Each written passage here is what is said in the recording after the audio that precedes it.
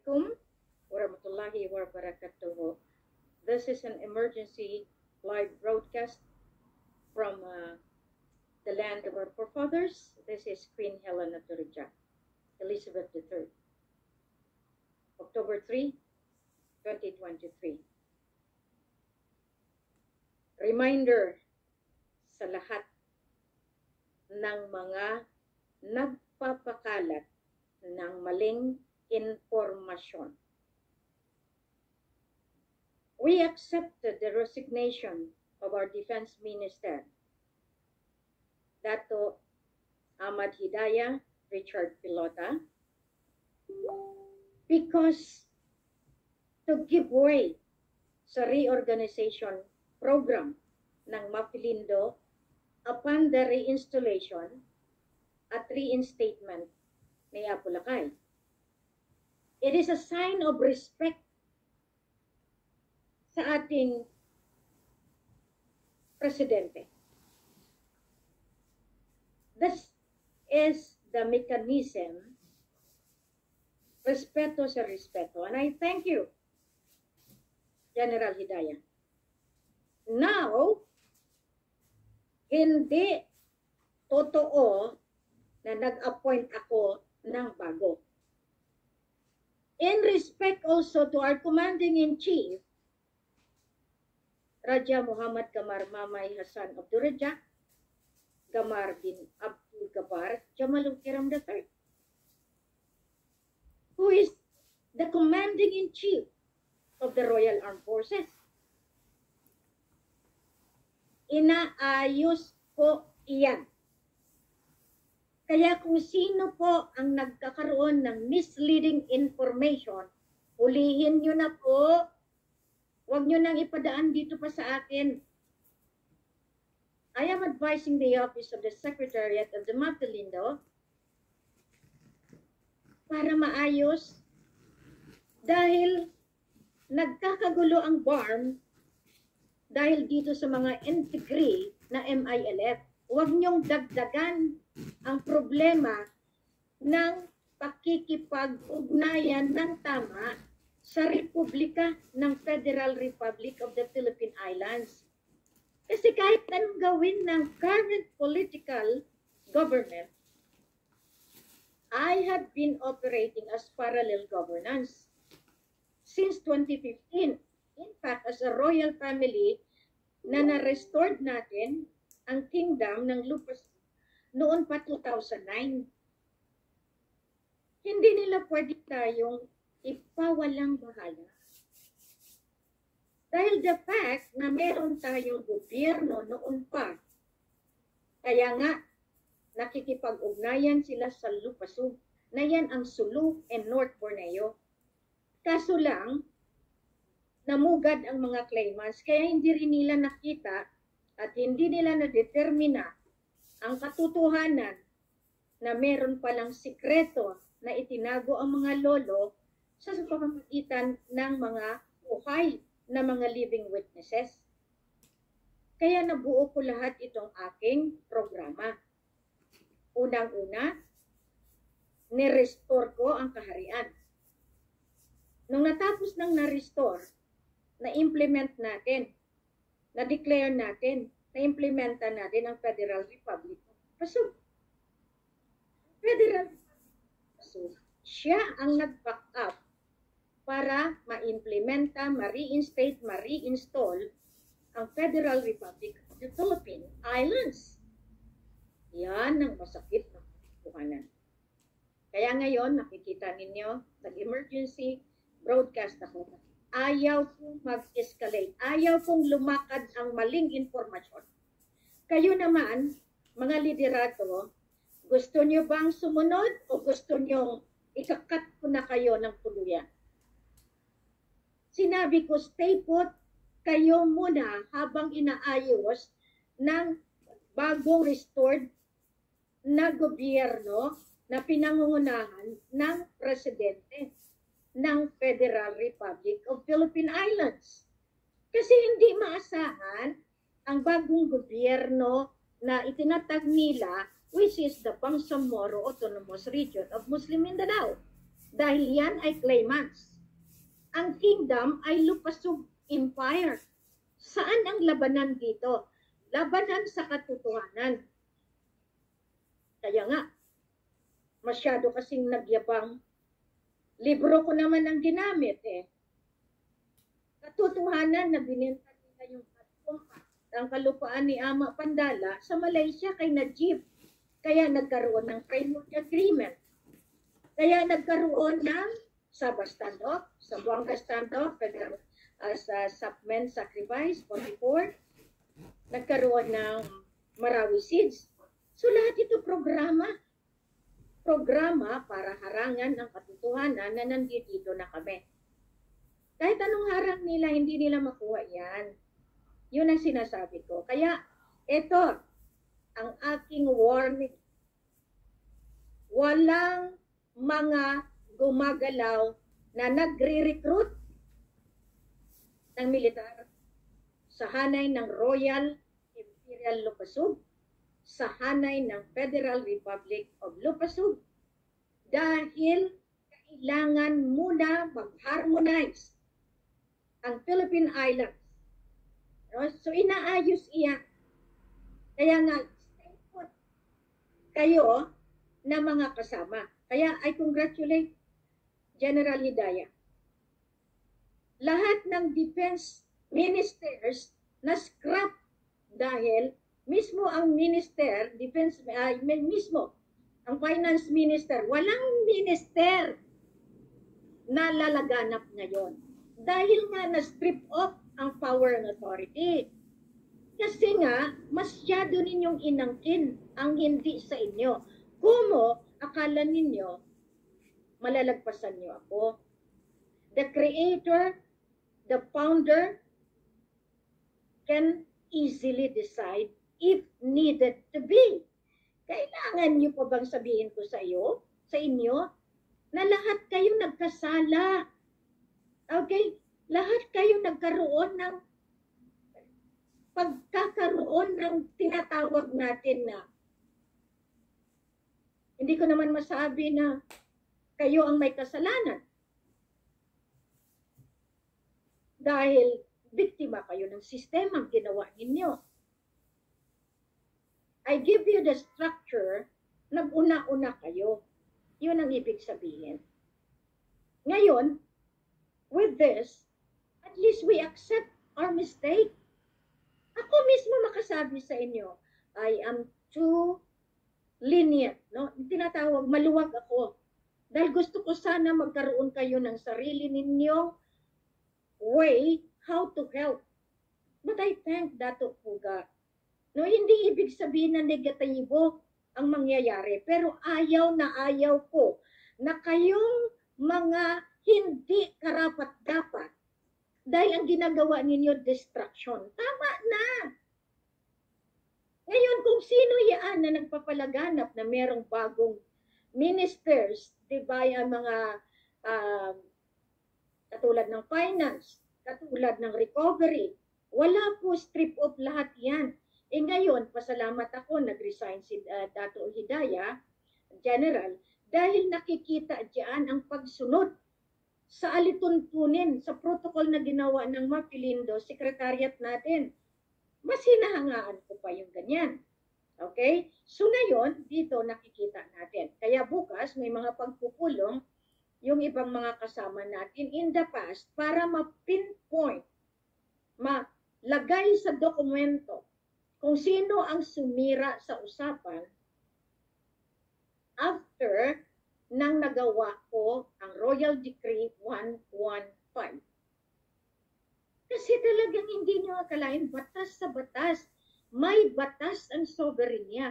Yan ang hindi nyo nakita. Now, ngayon, ginagawa ko ito para hindi magkaroon ng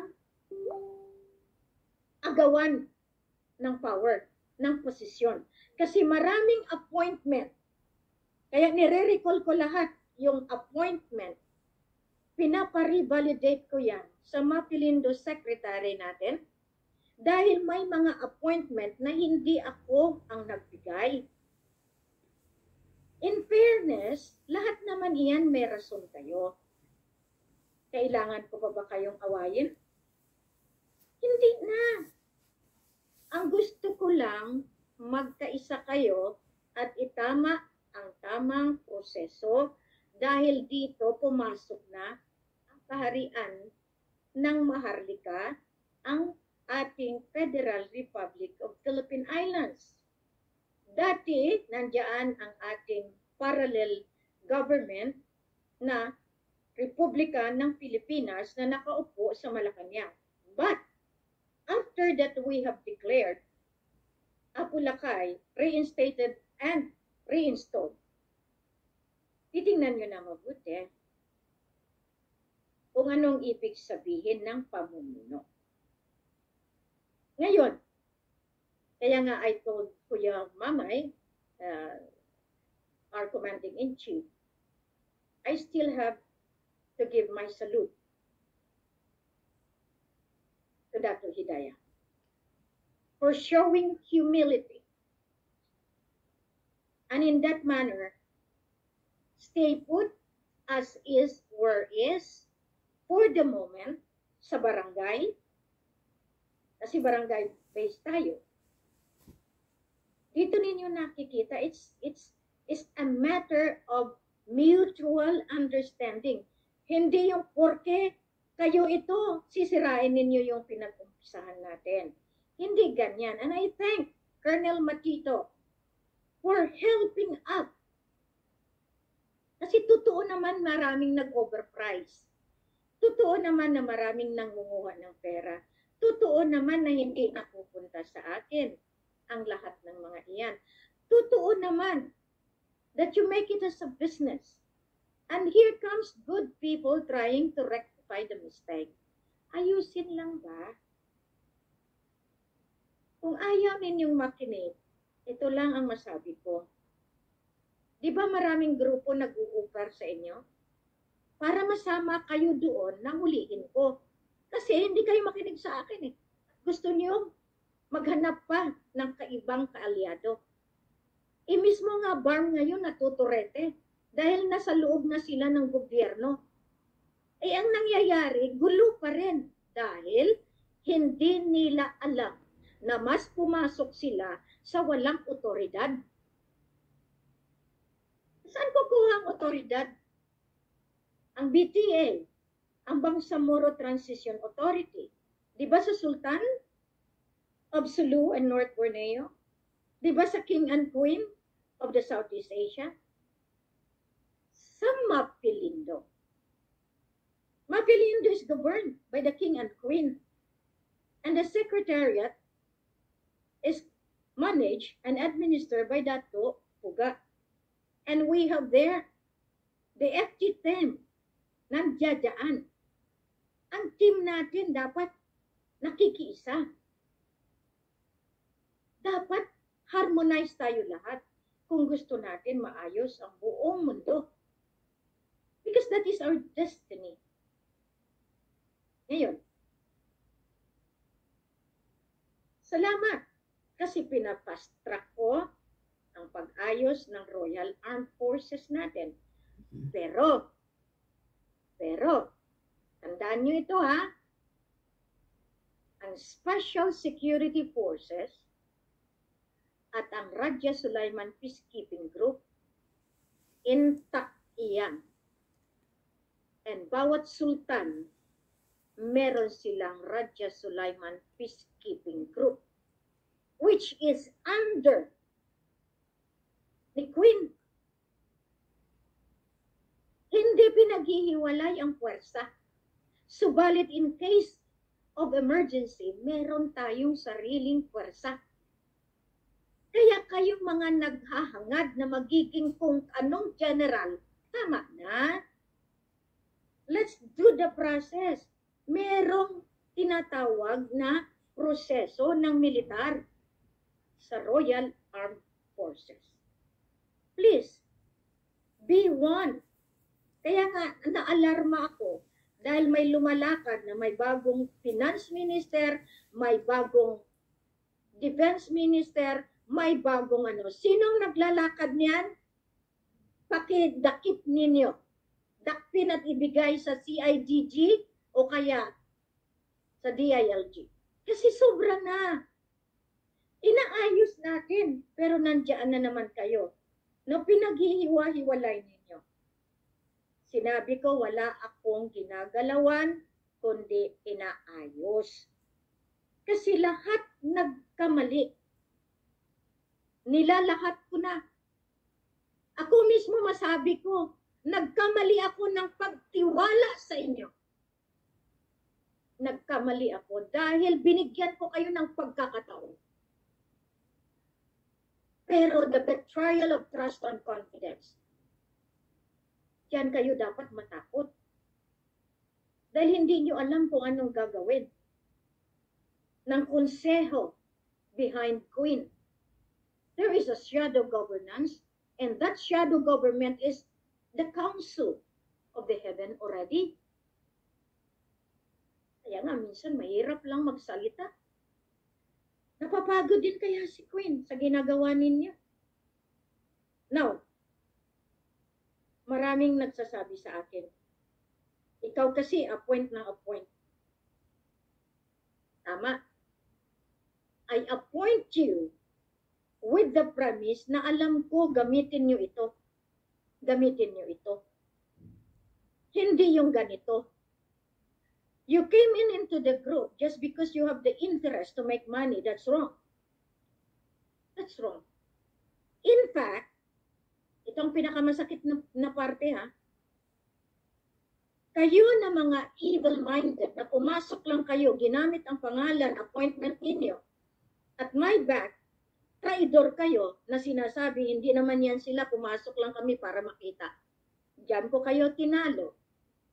Bakit? Ang hindi nyo alam, mas pinasukan ko kayo. Ngayon, isuli ninyo ang bawat pera na binigay ko sa inyo. Lahat ng gold na pinahiram ko, ibalik ninyo.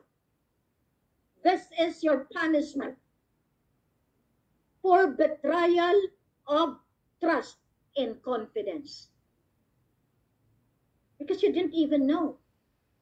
Dito nakikita ang divine justice. Hindi ninyo na-anticipate ito na i-implementa ang divine justice. Isulit nyo na ha. Kesa naman mabigyan pa kayo ng notice, alam nyo rin yan. Ako nang hiram ng gold para makatulong sa mission. Nang hiram ng pera para matulungan kayo. Pero anong ginawa nyo? Inuna ninyo ang personal interest ninyo. Si Queen lubog. Pero nagtatawa kayo. Pinagtatawanan nyo. Nagkamali ako sa pagtiwala sa inyo. Yan. Ngayon, I strip you off because I know that this is the most human way. Dahil niluloko nyo lang ako eh. Ang panluloko nyo, nakikita ng kalangitan. Kaya nga, I am advising each and everyone that Upuga, this is a very critical moment. The validator, the implementer, MA 2023. And this is the thing that I am trying to ask you. Kung pwede lang marami tayong katawan, mahirap magtiwala. Dahil pag once na nabigyan na sila, sila na. And they are acting more than the queen, more than the king, because of the power and authority given to them. Yan si Roy. Yan ang demonyo. Yan ang sinasabi ko. Power can make you good or can make you bad. Nag-emergency talaga ako broadcast ngayon. Despite of 1 hour kanina. 1 hour plus yun, ha? Mawa naman kayo kay Queen. Nauubo pa ako. Pero sinisikap ko dahil ayaw ko lumakad ang mga panlilin lang ninyo sa Mindanao, diyan sa Norte, diyan sa Bulacan, diyan lahat yan. Wala akong inuutusan, kaya nga nire-recall ko lahat ng appointment para makita ko kung sino ang karapat-dapat. Dahil alam ko rin kung sinong nabigyan. Besides,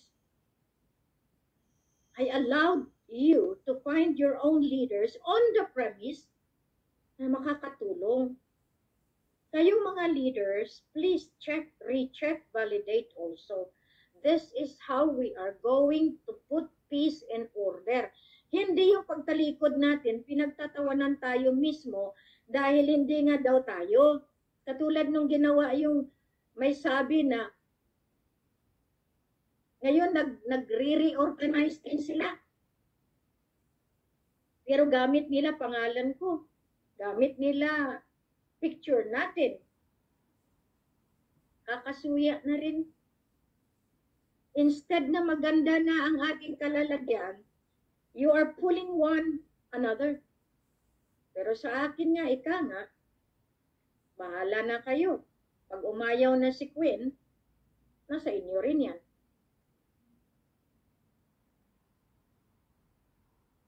Maski anong gawin ninyo, tandaan nyo lang. Sumunod kayo kung naniniwala kayo. Kung hindi kayo naniniwala, umalis kayo. Kaya nga sabi ko sa inyo, dito nililinis ko lahat ng internet ngayon. Lalo na yung gumagamit sa grupo per grupo. Pero iba naman ang ginagalawan. Okay? So ngayon, titingnan natin. Katulad niyan, no? Mabuti na lang yung Maharlika Tribal, binabantayan na ng kapulisan yan. Okay? Kasi sobra ang pamimera. Ngayon, ang BBMI sa Palawan, tumawag na rin sa akin yung mga taong na biktima. Kawawa yung kuya ko. Tama na.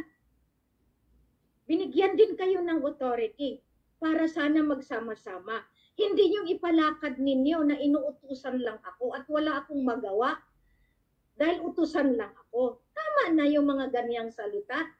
To think of it, what have you done to serve the country? Hindi yung nagbabangayan.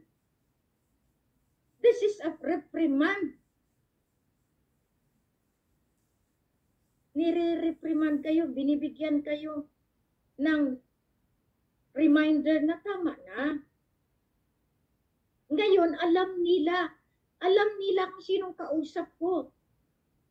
Pero bakit kailangan pa na i-mislead ninyong tao? Bakit? Kayo ba may nagawa? Huwag ninyong ipalakad without consulting the Queen para naman hindi magkaroon ng problema. Colonel Patito is talking to me. That's why I thank him and I thank Secretary Puga because they are in line with each other now how to fix the problem. Now, kayo maiiwanan ko pag hindi kayo nagtino diyan sa Raja Sulaiman, peacekeeping sa loob ng ligwasan. Stay put, yan ang palaging ikinatuwa ko sa kapatid ko. Sultan Kelly, that's why I salute you. Okay? Kayo nandiyan dyan. Stay put, just continue the good work, and we will know what is next. To you, Sultan Pokan, the same thing. To you, Sultan Ramil, just stay put. We know what we are doing. Minsan mailap ang pagkakataon. Pero si Queen, whether you like it or not, may mangyayari. Kaso lang, it's because of the born that has been given the priority ng caretaker government. 2012 pa dapat tapos na tayo.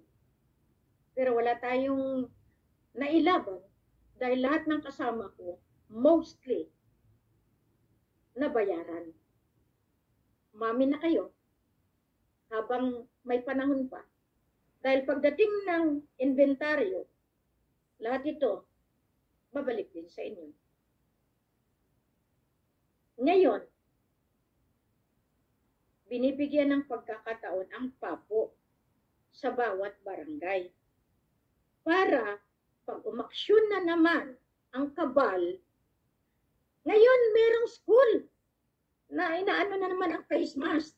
Sila ang nagbibigay ng virus, sila ang gumagawa ng air pollutants para mag-ubo-ubo ang tao, para magkaroon ng problema. Sila ang nagdadala ng ganitong problema para magkaroon sila ng business sa face mask. Para magkaroon sila ng business na iturok sa inyo ang bakuna. Kaya nga, pinapasolidify ko na kayo. Laban na ito ng ito at ng liwanag. Ayaw nila magpatalo Anong gawin natin? I am not insinuating you, but I want you to stand for your right as a human being. That's all. Ipasara yung school na yan, ha? Ipa-report yan. Kung sinong nagutos, at least alam natin kung sino sa Department of Health. Remember, it's not anymore their school.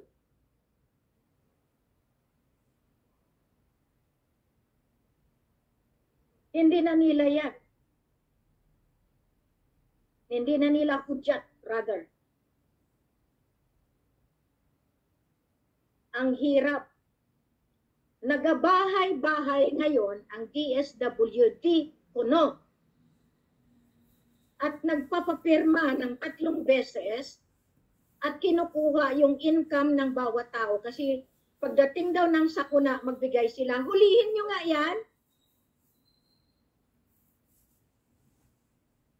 Minimislead din yung tao para meron kayong makuha at meron kayong masabi dahil pagdating ng eleksyon, ang gagawin ninyo, i-manipula nyo naman ang voting ninyo. Yan ang rason. Ayun. Matagal na kayong nanluloko sa madlang people. Tama na. So, ibig sabihin, lahat itong ginagalawan ninyo, hindi na lulusot. Okay? So ngayon, ito ang magiging next move natin para maintindihan ninyo.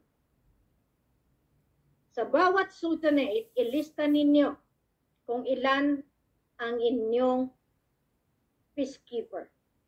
Dahil ang peacekeeper natin, alam naman natin yan, pag naayos, yan ang magiging special security forces natin. Nandiyan yan papasok. Ang iba, sa Papo, ang iba sa Orpapo, ang iba, yan ang ititrain natin. Kasama na ng ating armed forces ng caretaker Philippine government. Nasa kanila pa rin yan. Kasi alam naman nila that they cannot put peace and order. Alam na rin nila yan, na alam natin na sila mismo ang nag-head up ng away sa Mindanao. Alam din natin yan na ang pera galing mismo sa Malaysia. Alam din natin na ang OIC nila Indonesia. Alam din natin lahat yung kalukuhan ng Mapilindo 1963. Ngayon sinanggarin natin yan. Mapilindo 2023 is the combat of all the illegalities ng ginawa nila. Lahat ng mga governance, lahat ng mga ginawa nilang mga grupo, BIMP, IAGA, ASEAN, lahat yan. Ngayon, tama yan, na magkaroon na ng inventory ang Malampaya. Buhay nga ba? Si Madam Gloria, lumantad ka. Yun ang ibig sabihin because we know your face. We know who you are. Pero pag hindi pa rin diniklara yan, mismo ang Philippine government will be liable into it for keeping the conspiracy. That is not right. Ang patay, binubuhay. Binubuhay po ang patay para makatulong. Yan ang pagkakaiba. This is the thing that maraming nagsasalita sa akin. Bakit hindi na lang ako makipag-ugnayan? You have your faith and belief with the office of the president na caretaker. Kayo dapat pumunta sa akin for God's sake. Kayo. Because this is sovereignty. Nagpakababa na ako, tama na. Bahala na kayo sa buhay niyo. Kung ayaw niyo sumunod, wala lang kayo budget. We know how to take care of ourselves. We know how to take care of the other members of the Mapolindo countries.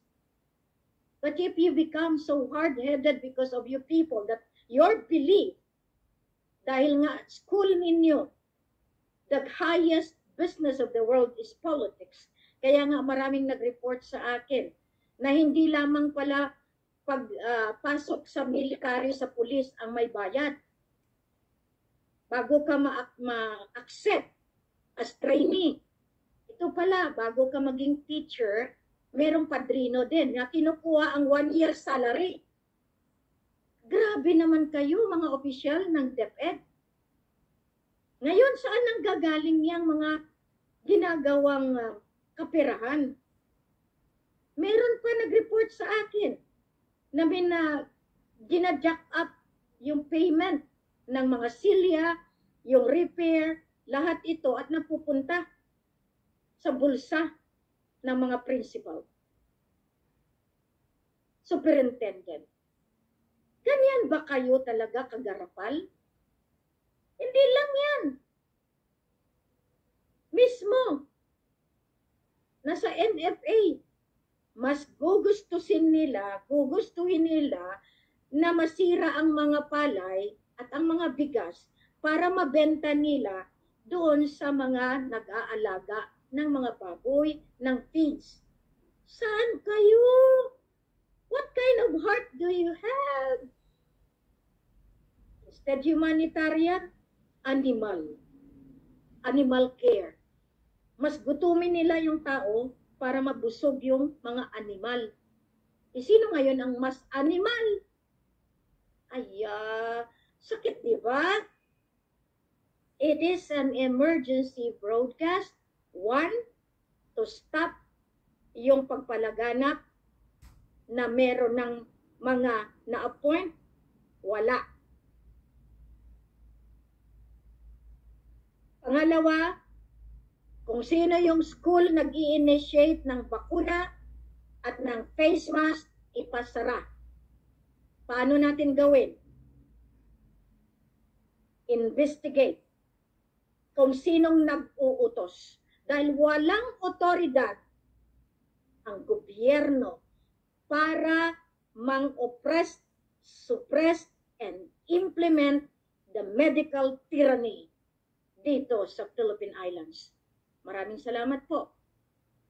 Magandang hapon sa inyong lahat. Sana ito makarating sa kinauukulan. Tama na, walang poder mismo ang opisina ng Malacanang.